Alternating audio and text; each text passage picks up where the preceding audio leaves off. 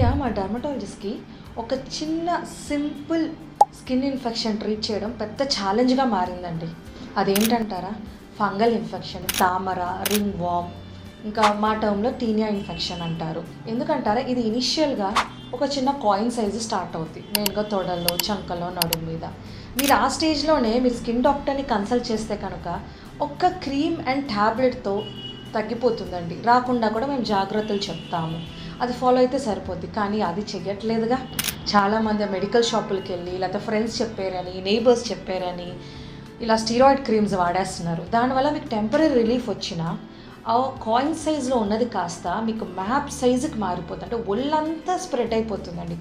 దానివల్ల విపరీతమైన ఇచ్చింగు, ఇంకా అది కాస్త ఎలర్జీ కింద మారిపోయి కొన్ని సందర్భాల్లో అది ఇన్ఫెక్షన్ అయ్యి అడ్మిషన్ హాస్పిటల్లో అయ్యే అవకాశాలు కూడా ఉన్నాయి. సో చిన్న ట్యాబ్లెట్ క్రీమ్తో తగ్గిపోయేదానికి అంత కాంప్లికేట్ చేసుకోవడం ఎందుకండి? ప్లీజ్ ఇది మాత్రం మీ ఫ్రెండ్స్కి కానీ మీ రిలేటివ్స్ కానీ చెప్పండి. తామర లాంటిది వస్తే నెగ్లెక్ట్ చేయొద్దు, ఏముంది అని చెప్పి దయచేసి మీకు దగ్గరున్న డర్మటాలజిస్ట్ని కన్సల్ట్ చేయండి.